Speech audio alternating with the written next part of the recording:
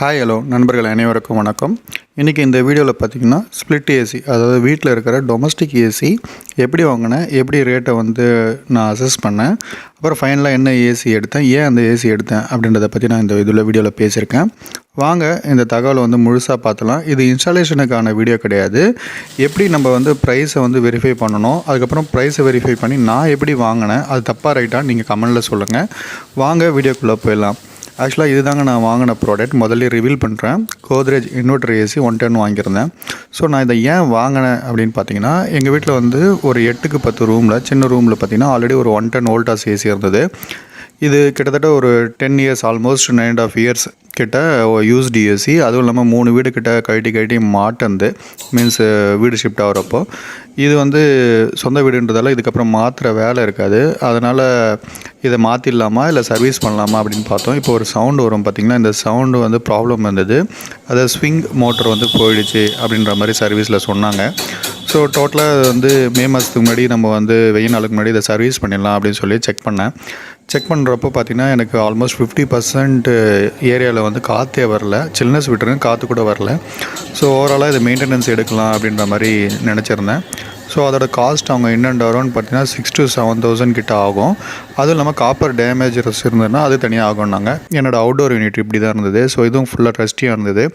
இதையும் கழட்டி க்ளீன் பண்ணால் தான் டேமேஜஸ் வரும். அது கழட்டி க்ளீன் பண்ணுறப்போ வேறு எதனா இஷ்யூஸ் வந்துச்சுன்னா உங்களுக்கு சார்ஜஸ் எக்ஸ்ட்ரா ஆகும் அப்படின்ற மாதிரி சொல்லியிருந்தாங்க. ஸோ 6,000 to 7,000 ஸ்பெண்ட் பண்ணி இதை பண்ணிவிட்டு, அது இன்வெர்ட்டரும் கிடையாது, இபி சார்ஜஸும் அதிகமாக இருக்குது, ஓல்டு மாடல் வேறு. ஸோ அப்படி இருக்கிறப்போ நம்ம எதுக்கு ரிஸ்க் எடுக்கணும், நம்ம புதுசே போயிடலாம் அப்படின்ற ஒரு தாட்டுக்கு நான் வந்தேன். சரி, முதல்ல விலையை விசாரிப்போம், ரேட் அசஸ் பண்ணிவிட்டு எது பெட்டராக இருக்கோ அதுக்கு போகலாம் அப்படின்ற முடிவுக்கு நான் வந்தேன். ஸோ 110 ஏசி வாங்கலாம் அப்படின்ற என்கொயரிக்காக பூர்விகாவுக்கு போயிருந்தேன். ஸோ பூர்விகாவில் அவங்க எல்லா பிராண்டுமே காமிச்சிருந்தாங்க. ஸோ எல்லாமே பார்த்திங்கன்னா நான் 110 அப்ரோச் பண்ணுறப்போ எல்லாமே 30,000 to 35,000 இல்லை 37,000 வரைக்கும் அந்த ரேஞ்சில் இருந்தது. ஸோ இதில் எக்ஸ்சேஞ்ச் என்ன வரும் அப்படின்ற டீட்டெயிலும் கேட்டுட்டு நேராக சத்யாவுக்கு மூவ் ஆகிட்டேன். சத்யாலையும் பார்த்திங்கன்னா இங்கேயும் அதே 30 to 35 அந்த ரேஞ்சில் தான் ப்ரைஸ் சொன்னாங்க, மீன்ஸ் 110 நான் சொல்கிறது. ஸோ இதில் பார்த்திங்கன்னா எனக்கு கோத்ரேஜ் இவங்க ப்ரிஃபர் பண்ணாங்க. பூர்விகாவில் பார்த்திங்கன்னா எனக்கு ஹேரியர் ப்ரிஃபர் பண்ணாங்க. ஸோ நெக்ஸ்ட்டு சரவணா அண்ட் கோ போயிருந்தேன். இங்கே சாம்சங் ப்ரிஃபர் பண்ணாங்க. இது 3 ஸ்டார் ரேட்டிங் இருக்கிறது. ஸோ அது பார்த்திங்கன்னா 32,000 கிட்ட வரும் அப்படின்ற மாதிரி சொல்லியிருந்தாங்க. ஸோ இது எல்லாத்தையும் கம்பேர் பண்ணிவிட்டு சரி ஓகே நம்ம ஆன்லைன்லேயும் செக் பண்ணிவிட்டு அதுக்கப்புறம் டிசைட் பண்ணிக்கலாம் சொல்லி அமேசான்லேயும் செக் பண்ணேன். ஸோ அவங்க நம்ம ஃபிசிக்கலாக பார்த்தா லோ பட்ஜெட் பார்த்திங்கன்னா கோத்ரேஜ் இருந்தது. ஸோ இது இந்தியன் மேக் தான். ஆல்ரெடி நாங்கள் கோத்ரேஜ் யூஸ் பண்ணதால் எனக்கு தெரியும் இது கொஞ்சம் நல்லாயிருக்கும் அப்படின்ற ஒரு ப்ரிஃபரன்ஸோட இதை நான் ரிவ்யூக்கு எடுத்துக்கிட்டேன். ஸோ எனக்கு பார்த்திங்கன்னா பூர்விகாவில் 29,500 கிட்ட பண்ணலாம் அப்படின்றத சொல்லியிருந்தாங்க. அது இல்லாமல் ஓல்டு எக்ஸ்சேஞ்ச் பார்த்திங்கன்னா 3,000 ரூபாய் வரைக்கும் பண்ணித்தரேன் அப்படின்ற மாதிரி சொல்லியிருந்தாங்க. சப்போஸ் இன்ஸ்பெக்ஷன் பார்த்தா ஒரு 500 கூட நாங்கள் நெகோஷியேட் பண்ணி தரோம் சார் அப்படின்ற மாதிரி சொல்லியிருந்தாங்க. ஸோ அப்படி பார்த்திங்கன்னா எனக்கு 27,000 கிட்ட அங்கே ஸ்பெண்ட் பண்ணுற மாதிரி வந்தது. இதே சத்யாவில் பார்த்திங்கன்னா கோத்ரேஜ் நான் எந்த ஏசி எடுத்தனோ அதே ஏசி, அதே மாடல், அதே என்ன சொல்கிறது கான்ஃபிகரேஷனில் அவங்க விசாரிக்கிறப்போ அவங்க என்ன சொல்லியிருந்தாங்கன்னா உங்களுக்கு 30,500 வரைக்கும் பண்ணலாம் சார், அதுக்கு மேலேனா எங்களால் முடியாது. அது இல்லாமல் எக்ஸ்சேஞ்ச் பார்த்தீங்கன்னா 3,000 to 3,500 வரைக்கும் பண்ணித்தரோம் அப்படின்ற மாதிரி சொல்லியிருந்தாங்க. ஸோ இங்கே பார்த்தா எனக்கு 27,500 கிட்ட வர மாதிரி இருந்தது, இல்லைனா 28,000 வர மாதிரி இருந்தது. அதுக்கப்புறம் சரவணாவில் விசாரித்த ரேட்டுக்கு பார்த்திங்கன்னா அவங்க 32 வரைக்கும் பண்ணலாம், இல்லை 31,500 வரைக்கும் பண்ணலாம். எக்ஸ்சேஞ்ச் பார்த்தீங்கன்னா அதே தான் 3,000 to 3,500 பண்ணித்தரேன் இன்ஸ்பெக்ஷன் பார்த்துட்டு அப்படின்றத சொல்லியிருந்தாங்க. ஸோ நெக்ஸ்ட்டு நான் என்ன முடிவு பண்ணேன்னா அமேசானில் செக் பண்ணிவிட்டு அதோட பெனிஃபிட்ஸ் என்னன்றதை நான் பார்த்தேன். ஸோ இதில் பார்த்திங்கன்னா எனக்கு 110 ஏசியில் எல்லா ஆஃபரும் போக எனக்கு 22,851, அதாவது எக்ஸ்சேஞ்ச் ஆஃபர் பார்த்திங்கன்னா 4,520 ரூபா கொடுத்துருந்தாங்க ஓல்டு ஏசிக்கு. அது இல்லாமல் ஒரு கார்டு ஆஃபர், அதாவது டெபிட் கார்டோ கிரெடிட் கார்டோ எதனா ஒன்று யூஸ் பண்ணால் அதுக்கு இன்ஸ்டன்ட் டிஸ்கவுண்ட்டாக ஒரு 1,250 ரூபா கொடுத்துருந்தாங்க. ஸோ அது இல்லாமல் இஎம்ஐயை ஸ்ப்ளிட் பண்ணால் 0 காஸ்ட் இஎம்ஐயும் கொடுத்துருந்தாங்க. இது தேவையான எடுத்துக்கலான்ற மாதிரி ஆப்ஷனலாக இருந்தது. ஸோ டைரக்ட் பெனிஃபிட்டாகவே பார்த்திங்கன்னா எனக்கு ஆஃப்லைன் ஷாப்பில் விசாரித்ததுக்கும் இதுக்கும் இதே சேம் மாடல் சேம் மேக்குக்கே பார்த்திங்கன்னா எனக்கு கிட்டத்தட்ட 4,000 கிட்ட வேரியேஷன் வந்து. ஏன்னா அங்கே 27,500 சம்திங் கிட்ட வந்தது, இங்கே 22,800 கிட்ட வந்தது. ஸோ டோட்டலாக இன் அண்ட் அரௌண்ட் பார்த்தீங்கன்னா ஆல்மோஸ்ட் 4800 கிட்ட எனக்கு வேரியேஷன் இருந்ததால் சரி நம்ம இதையே எடுத்துப்போம் அப்படின்ற மாதிரி நான் டிசைட் பண்ணியிருந்தேன். அது மட்டும் இல்லாமல் இந்த கோத்ரேஜில் பார்த்தீங்கன்னா அவங்க மென்ஷன் பண்ணியிருக்கப்போ அமேசானில் வந்து இன்ஸ்டாலேஷனும் வந்து ஃப்ரீ அப்படின்ற மாதிரி போட்டிருந்தாங்க. ஸோ எப்படி இருந்தாலும் இன்ஸ்டாலேஷன்றது ஒரு 1000லேருந்து 1500 வரைக்கும் கண்டிப்பாக வாங்குவாங்க. ஸோ நம்ம ஷாப்பில் எடுத்தாலுமே இன்ஸ்டாலேஷன் வந்து பிராண்ட்லேருந்து தான் வருவாங்க. அதாவது நீங்கள் எல்ஜி எடுக்கிறீங்க, இல்லை ஓ ஜென்ரல் எடுக்கிறீங்க, அப்படி இல்லைன்னா வோல்டாஸ் எடுத்தாலும் அந்த சர்வீஸ் டீமோட காஸ்ட் வந்து நம்ம தான் பேர் பண்ணணும். ஈவன் நீங்கள் ஆஃப்லைன் ஷாப்பில் எடுத்தாலும் ஸோ அவங்க ஜஸ்ட் உங்களுக்கு டெலிவரி வேணால் ஃப்ரீ பண்ணி தருவாங்க. அடுத்து நம்ம தான் பார்த்துக்கிற மாதிரி இருக்கும்.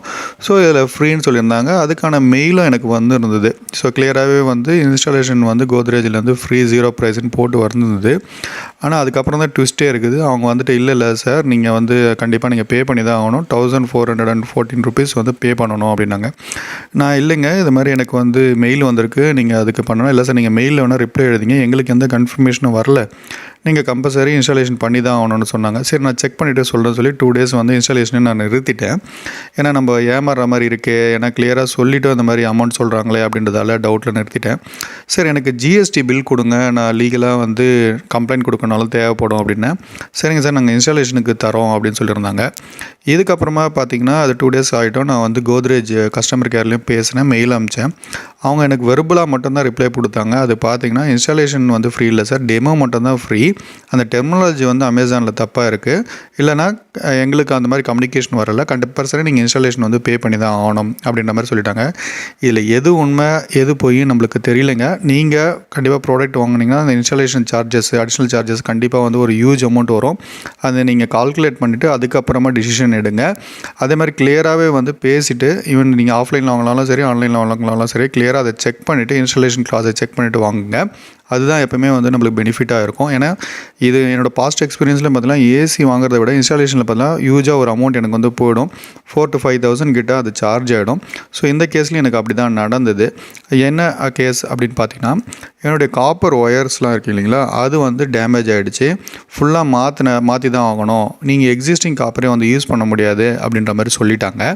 ஸோ ஏன் பார்த்தீங்கன்னா நான் வாங்கின மாடலுக்கும் எக்ஸிஸ்டிங்காக என் வீட்டில் இருந்த மாடலுக்கும் டயா, அதாவது வந்து பைப்புடைய கேஸ் பைப்புடைய டயா வந்து காப்பர் பைப்புடைய டயா வந்து டிஃப்ரெண்ட்டாக இருந்தது. அதனால் புதுசு போகிற மாதிரி ஆயிடுச்சு. அதோட காஸ்ட் எல்லாமே சேர்த்து பார்த்திங்கன்னா எனக்கு கிட்டத்தட்ட 4,800 கிட்ட நான் எக்ஸ்ட்ரா சார்ஜ் பே பண்ணுற மாதிரி ஆகிடுச்சு. ஸோ டோட்டலாக பார்த்திங்கன்னா 22,800 + 4,800 கிட்ட நான் பே பண்ணுற மாதிரி இருந்தது. நான் இது ஆஃப்லைனில், அதாவது எங்கள் ஊர் கடையில் வாங்கியிருந்தனாலும் இந்த சார்ஜஸ் வந்து நான் கட்டி தான் இருக்கணும். ஸோ எப்படி பார்த்தாலுமே நான் ஒரு 4,000 to 5,000 கிட்ட சேவ் பண்ணேன் அப்படின்னு நான் நினைக்கிறேன். ஸோ இதுதாங்க நம்ம ப்ராடக்ட்டு. அவங்க டெலிவரி பண்ணது பார்த்தீங்கன்னா R32 தான். கரண்ட்டில் என்ன ரெஃப்ரிஜரண்ட் யூஸ் பண்ணுறாங்களோ அதுதான், made in India, Godrej split AC. So inverter type தான் நம்ம வாங்கியிருந்தோம். இது 10 years வந்து கம்ப்ரஸருக்கான வாரண்டியும் கொடுத்துருந்தாங்க. ஸோ இது வந்து நீட்டாகவே இருந்தது. ப்ராடக்ட் வைஸ் எனக்கு எந்த விதமான கம்ப்ளைண்ட்ஸும் இல்லை. ஏன்னா நீட்டாக தான் பேக் பண்ணியிருந்தாங்க, நீட்டாக தான் டெலிவரியும் பண்ணாங்க. டெலிவரிலையும் எந்த விதமான இஷ்யூஸுமே எனக்கு இல்லை. இதில் முக்கியமான விஷயம் அமேசானில் என்ன அப்படின்னு பார்த்தீங்கன்னா, நீங்கள் எக்ஸ்சேஞ்சில் போடுறப்போ அமேசான் சைடு கிளியராகவே வந்து எனக்கு கம்யூனிகேட் பண்ணியிருந்தாங்க. உங்களுடைய ஓல்டு ஏசியை வந்து நீங்கள் கழட்டி வச்சிடணும், அதாவது வந்து அன்இன்ஸ்டால் பண்ணி நீங்கள் கிரவுண்டில் வச்சுருக்கணும். அவங்க வந்து அன்இன்ஸ்டால் பண்ண மாட்டாங்க, நம்ம தான் அன்இன்ஸ்டால் பண்ணணும் அப்படின்றத கிளியராக சொல்லியிருந்தாங்க.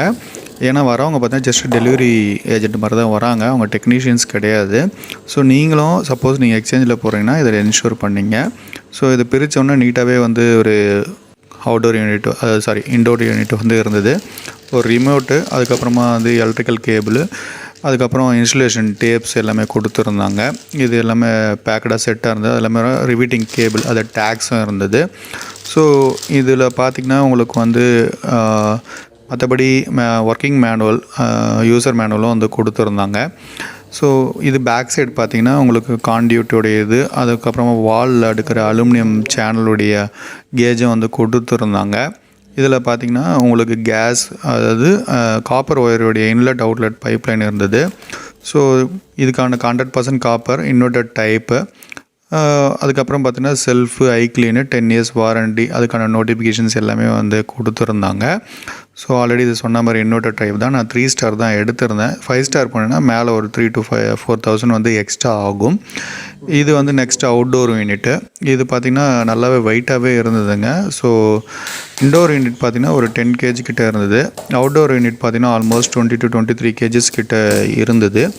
ஸோ வெயிட் வைஸ் பார்த்திங்கனாலும் ஸோ இது அவுட்டோர் யூனிட்டை கட் பண்ணிவிட்டு அதோட டீட்டெயில்ஸ் எல்லாமே வந்து டெலிவரி அப்பயே நான் செக் பண்ணிட்டேன். ஸோ அதை கிராஸ் வெரிஃபை பண்ணிவிட்டு அதுக்கப்புறமா ஓப்பன் பண்ணோம். அதில் பார்த்திங்கன்னா நீட்டாகவே உங்களுக்கு வந்து பேக்கிங் வந்து எந்த விதமான டேமேஜஸும் இல்லாமல் நீட்டாக கொடுத்துருந்தாங்க. இது உள்ள பார்த்திங்கன்னா அவுட்டோர் யூனிட்டு அதுக்கப்புறமா பார்த்திங்கன்னா காப்பர் ஒயர், அதாவது வந்து 2 காப்பர் ஒயர் வந்து கொடுத்துருந்தாங்க. இதோட மீட்டர் டிஸ்டன்ஸ் பார்த்திங்கன்னா 3 மீட்டர் டிஸ்டன்ஸுக்கான காப்பர் ஒயர் வந்து இதில் இருந்தது. ஸோ சப்போஸ் உங்கள் வீட்டில் பேக் டு பேக், அதாவது wall to wall back to பேக்னால் நீங்கள் இது யூட்டிலைஸ் பண்ணிக்கலாம் அப்படின்ற மாதிரி கொடுத்துருந்தாங்க. ஸோ இதாங்க அவுட்டோர் யூனிட்டு. ஸோ இது வந்து நீட்டாகவே ஆல்ரெடி சொன்ன மாதிரி எந்த விதமான டேமேஜும் இல்லாமல் நீட்டாகவே கொடுத்துருந்தாங்க. பிளாஸ்டிக் கேஜஸ் தான் வந்து விண்ட்ஷீல்டில் வந்து கொடுத்துருந்தாங்க. அதாவது ஃபேனுக்கு முன்னாடி ஜென்ரலாக முன்னாடிலாம் பார்த்திங்கன்னா உங்களுக்கு வந்து அயன் இல்லைனா அயன் கோட்டட் கிரில் இருக்கும், பவுடர் கோட்டட் கிரில் இருக்கும். அது இல்லாமல் புஷ் கொடுத்துருந்தாங்க வைப்ரேஷன் இல்லாமல் உங்களுக்கு வந்து அவுட்டர் யூனிட்டை வைக்கிறதுக்கு. ஸோ இதை பிரித்து பார்த்தோம், எந்த விதமான டேமேஜஸும் இல்லாமல் நீட்டாகவே இருந்தது. ஸோ இதுக்கப்புறம் இன்ஸ்டாலேஷனுக்கு ஆல்ரெடி நான் சொல்லியிருந்தேன் இல்லையா, அவங்க 2 டேஸ்க்கு அப்புறம் தான் வந்து பண்ணாங்க. அந்த installation amount clarification and pending இஷ்யூஸ்னால நாங்கள் வந்து நிறுத்திட்டோம். ஸோ என்ன அவுட்கம் வருதுன்னு பார்த்துட்டு பண்ணலான்னு. ஃபைனலாக வந்து என்ன சொல்கிறது, எந்த பெனிஃபிட்டுமே இல்லை. ஸோ எங்களுக்கு மெயில் வந்துமே வந்து நாங்கள் பேமெண்ட் பண்ணுற மாதிரி தான் இருந்தது. இங்கே பாருங்கள், அமேசானில் கிளியராகவே போட்டிருக்காங்க இன்ஸ்டாலேஷன் சர்வீஸ் 0 ப்ராசஸ் ஃபீஸுன்றது. ஸோ அகைன் நான் இந்த ஸ்க்ரீனை வந்து இங்கே ஷேர் பண்ணியிருக்கேன். ஜஸ்ட் நீங்கள் பாருங்கள், உங்களுடைய இதில் வரப்போ நீங்கள் அந்த கிளாரிட்டி எடுத்துகிட்டு அதுக்கப்புறம் பண்ணுங்கள். ஸோ ஏன்னா இந்த மாதிரி மிஸ்டேக்ஸ் நீங்கள் பண்ணுறப்போ அன்னெசரியாக நம்மளுடைய அமௌண்ட்டை வந்து நம்ம லூஸ் ஆகிற மாதிரி இருக்கும். ஃபைனலாக பார்த்தீங்கன்னா இன்ஸ்டாலேஷன் முடிச்சிட்டாங்க. ஸோ கிளாடின் கொடுத்து ஒழுங்காக பண்ணியிருந்தாங்க. கீழே வந்து ஸ்டாண்டையும் நாங்கள் அதுக்குள்ளே பெயிண்ட் அடித்து ப்ராப்பராக ரெஸ்ட்லாம் ஸ்க்ரப் பண்ணிவிட்டு பெயிண்ட் அடிச்சிட்டோம். நாங்களே அதை செல்ஃபாக பண்ணிக்கிட்டோம். அதுக்கப்புறம் இன்வெர்ட்டர் ஏசியை மேலே வச்சுட்டாங்க. இதில் வந்து நாங்கள் கொஞ்சம் கவனிக்காமல் விட்டுட்டேன். அவங்க வந்து பவர் கேபிளை வந்து இன்சுலேஷன் 2 கான்டியூட்டுக்கும் உள்ளே வச்சு சுற்றாமல் வெளியே வச்சு அவுட்டர்லேயே கொடுத்துட்டாங்க. ஸோ நீங்களும் உங்களோட இன்ஸ்டாலேஷன்லாம் போகிறப்போ கொஞ்சம் ப்ராப்பராக வாட்ச் பண்ணுங்கள். ஏன்னா அவங்களுடைய கன்வீனியன்ட்டுக்கு அந்த ஒர்க்கர்ஸ் வந்து பண்ணிவிடுவாங்க. ஸோ தப்பு இல்லை, இது வந்து ஒரு அவுட்டரில் தொங்குது, நீங்கள் கஷ்டப்பட்டு பண்ணணுன்னா பரவாயில்ல. ஸோ இது வீட்டு உள்ளே தான் சேஃபான இடத்துல தான் இருக்குது, ஆக்சசபிள் ஏரியாவில் தான் இருக்குது. இந்த ஏரியாவில் இருக்கும்போது அவங்க அப்படி பண்ணிட்டாங்களே அப்படின்றது எனக்கு கொஞ்சம் கஷ்டம்தான். பட் என்ன பண்ணுறது, பண்ணிட்டாங்க. அதை தான் நம்ம ஃபாலோ பண்ணி யூஸ் பண்ணுற மாதிரி இருக்குது. இப்போது ஓவராலாக பார்த்திங்கன்னா 6 மீட்டர்கிட்ட காப்பர் டியூப் வந்து என்னோடய வீட்டுக்கு தேவைப்பட்டது. ஸோ பாக்ஸில் வந்து 3 மீட்டர் காப்பர் டியூப் மிச்சம் 3 மீட்டருக்கு வந்து நான் பேமெண்ட் பண்ணேன். அதெல்லாம் சேர்த்து இன்ஸ்டாலேஷன் சார்ஜஸ் சேர்த்தா 4,866 ரூபாய். நம்மளோட ஸ்க்ரீன்ஷாட் போட்டிருந்தீங்களா, அந்த அமௌண்ட்டை வந்து நான் பே பண்ணேன். ஸோ ஏசியோட ஃபங்க்ஷனாலிட்டி ரிமோட் பார்த்திங்கன்னா நல்லாவே இருந்தது. 5 மோட் கிட்ட கொடுத்துருந்தாங்க. ஸோ இந்த மோடு எல்லாமே வந்து செக் பண்ணிகிட்டு இருந்தேன். ஆட்டோ மோடு, அதுக்கப்புறம் பார்த்திங்கன்னா ஃபேன் மோடு இருந்தது, கூலிங் மோடு இருக்குது, ட்ரை மோடு இருக்குது. ட்ரை மோடில் பார்த்திங்கன்னா 52 டிகிரி வரைக்கும் கூட நீங்கள் டெம்பரேச்சர் இன்க்ரீஸ் பண்ணலான்றது காமிச்சிருந்தாங்க. ஸோ ஜென்ரல் அதர் ஆஸ்பெக்ட்ஸ் எல்லாமே இருந்தது. ஸ்விங் மோடு இருந்தது உங்களுக்கு பார்த்திங்கன்னா. அதுக்கப்புறம் C1 to C5 மெத்தடாலஜி பிரகாரமாக எஃபிஷியன்சி வந்து நீங்கள் யூஸ் பண்ணிக்கிற டூலும் கொடுத்துருந்தாங்க. ஸோ இது எப்படின்னா 100%லேருந்து நீங்கள் 40% வரைக்கும் உங்கள் எஃபிஷியன்சியை வந்து குறைக்க முடியும். அது C1லேருந்து C5லேருந்து C1 வரைக்கும் அவங்க வந்து கொடுத்துருந்தாங்க. இது 110%ல் ஆரம்பித்து உங்களுக்கு பார்த்திங்கன்னா கிட்டத்தட்ட 40% எஃபிஷியன்சி வரைக்கும் போகும். இது நம்ம ஜென்ரலாக C1ல் யூஸ் பண்ணிப்போம். ஏன்னு பார்த்தீங்கன்னா அது 100% எஃபிஷியன்சின்றதால நம்ம அதை யூஸ் பண்ணிப்போம். ஸோ இதெல்லாம் இந்த பர்டிகுலர் மாடலில் அண்டு கோத்ரேஜில் இருக்கிற ஆப்பர்ச்சுனிட்டிஸு. ஃபேனும் பார்த்திங்கன்னா ஆட்டோவும் வச்சுக்கலாம், உங்களுக்கு தேவையான ஸ்பீட்லேயும் வச்சுருக்கலாம். ஸோ ரூம் உள்ளவங்களுக்கு நாய்ஸியாக இல்லாமல் இருக்கும். இல்லை நீங்கள் இன்ஸ்டண்ட்டாக வந்து ஃபேன் ரன் ஆகணுன்னாலும் நீங்கள் பண்ணிக்கலாம். இந்த மாதிரி ஆப்ஷன்ஸ் எல்லாமே கொடுத்துருந்தாங்க. இதெல்லாம் என்னோடய ஓல்டு ஏசியில் வந்து கிடையாது. நியூ ஃபியூச்சர்ஸ் எல்லாமே இருந்தது. பார்க்கவே கொஞ்சம் கம்ஃபர்டபுளாகவும் ஹாப்பியாகவும் இருந்தது. ஓகே, நம்ம சேஞ்ச் பண்ணதுக்கு சம் பெனிஃபிட்ஸும் இருக்குது, அதாவது யூசேஜ் வைஸும் இருக்கும் அப்படின்றத பார்த்தேன். அதுக்கப்புறம் டைமர் ஆன் டைமர் ஆஃப் இதெல்லாம் ஜென்ரலாக இருக்கிறது கொடுத்துருந்தாங்க. வி ஸ்விங் கொடுத்துருந்தாங்க. அப்புறமா பார்த்திங்கன்னா சைல்ட் லாக்கும் கொடுத்துருந்தாங்க ரிமோட்டுக்கு. சப்போஸ் நைட்டு தூங்குறப்ப தெரியாமல் பட்டுச்சுனாலும் ஆன் ஆஃப் ஆகிடும். ஸோ அந்த கண்ட்ரோலும் நம்ம பண்ணிக்கலாம். ஸோ ஓவராலாக பார்த்திங்கன்னா இந்த பர்ச்சேஸில் நான் அசஸ் பண்ண வரைக்கும் ஆஃப்லைனை விட எனக்கு ஆன்லைன்லேயே சீப்பாக கிடச்சிது. 22,800 ரூபாய்க்கு எக்ஸ்சேஞ்சு அண்டு கார்டு ஆஃபர்லாம் போக நான் எடுத்தேன். ஸோ 5,000 அதாவது 4,800 கிட்ட இன்ஸ்டாலேஷன் சார்ஜஸ் வந்து நான் ஸ்பெண்ட் பண்ணேன். இது நான் ஆன்லைன் ஆஃப்லைனில் எடுத்திருந்தாலுமே எனக்கு வந்திருக்கும். பட் ஆஃப்லைனில் என்னோடைய 110 ஏசி அந்த ரேஞ்சுக்கு பார்த்தீங்கன்னா ஹேரியராக இருக்கட்டும், அப்படி இல்லைன்னா சாம்சங்காக இருக்கட்டும், இல்லை கோத்ரேஜாகவே இருக்கட்டும், இது எல்லாமே நான் வாங்கினதை விட 5,000 to 6,000 கிட்ட எனக்கு ஹையர் சைடில் தான் இருந்தது. அதாவது 30,000 ஆரம்பித்து 33,000 அந்த ரேஞ்சில் தான் எல்லாமே இருந்தது.